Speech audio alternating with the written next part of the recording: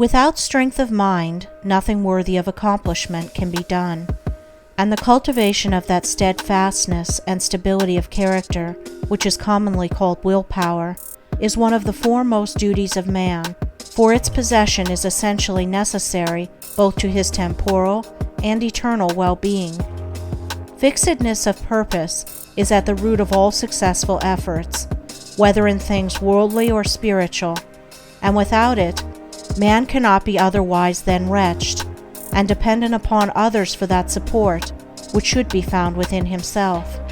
The mystery which has been thrown around the subject of cultivation of the will, for those who advertise to sell occult advice on the matter for so many dollars, should be avoided and dispelled, for nothing could be further removed from secrecy and mystery than the practical methods by which alone strength of will can be developed.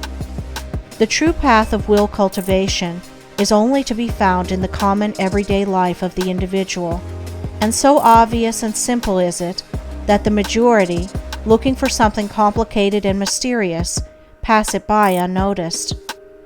A little logical thought will soon convince a man that he cannot be both weak and strong at the same time, that he cannot develop a stronger will while remaining a slave to weak indulgences, and that therefore the direct and only way to that greater strength is to assail and conquer his weaknesses.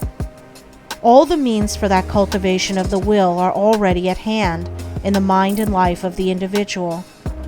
They reside in the weak side of his character, by attacking and vanquishing which the necessary strength of will be developed. He who has succeeded in grasping this simple, preliminary truth will perceive that the whole science of will cultivation is embodied in the following 7 rules. 1. Break off bad habits. 2. Form good habits. 3.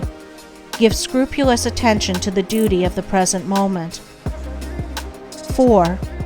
Do vigorously and at once whatever has to be done. 5. Live by rule. 6. Control the tongue. 7. Control the mind.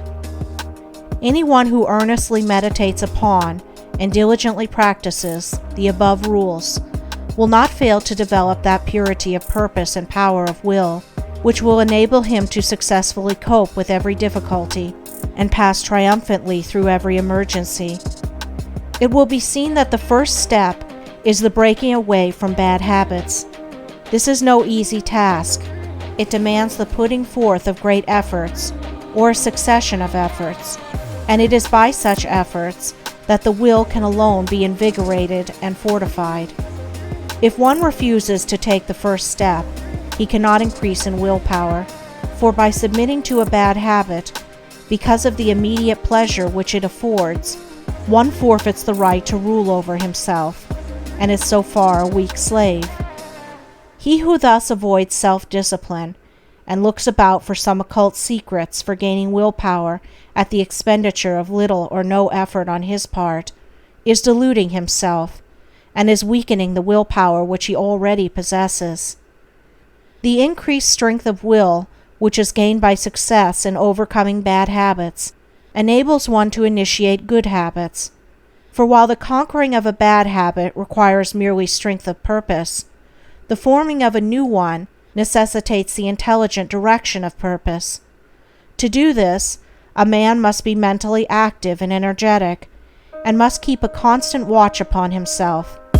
As a man succeeds in perfecting himself in the second rule, it will not be very difficult for him to observe the third, that of giving scrupulous attention to the duty of the present moment. Thoroughness is a step in the development of the will which cannot be passed over. Slipshod work is an indication of weakness. Perfection should be aimed at, even in the smallest task, by not dividing the mind, but giving the whole attention to each separate task as it presents itself. Singleness of purpose and intense concentration of mind are gradually gained, 2 mental powers which give weight and worth of character and bring repose and joy to their possessor. The 4th rule, that of doing vigorously and at once whatever has to be done, is equally important. Idleness and a strong will cannot go together, and procrastination is a total barrier to the acquisition of purposeful action. Nothing should be put off until another time, not even for a few minutes. That which ought to be done now should be done now. This seems a little thing, but it is of far-reaching importance. It leads to strength, success, and peace. The man who is to manifest a cultivated will must also live by certain fixed rules. He must not blindly gratify his passions and impulses, but must school them to obedience. He should live according to principle and not according to passion.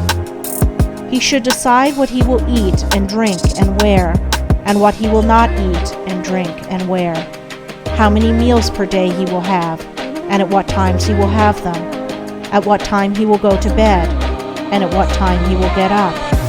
He should make rules for the right government of his conduct in every department of his life, and should religiously adhere to them.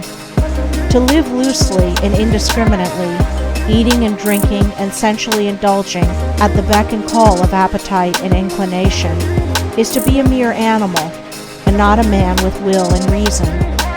The beast in man must be scourged and disciplined and brought into subjugation, and this can only be done by training the mind and life on certain fixed rules of right conduct. The saint attains to holiness by not violating his vows, and the man who lives according to good and fixed rules is strong to accomplish his purpose.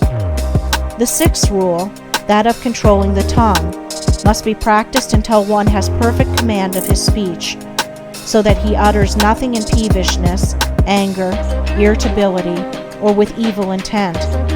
The man of strong will does not allow his tongue to run thoughtlessly and without check. All these 6 rules, if faithfully practiced, will lead up to the 7th, which is the most important of them all, namely, rightly controlling the mind. Self-control is the most essential thing in life, yet least understood. But he who patiently practices the rules herein laid down, bringing them into requisition in all his ways and undertakings, will learn, by his own experience and efforts, how to control and train his mind, and to earn thereby the supreme crown of manhood, the crown of a perfectly poised will.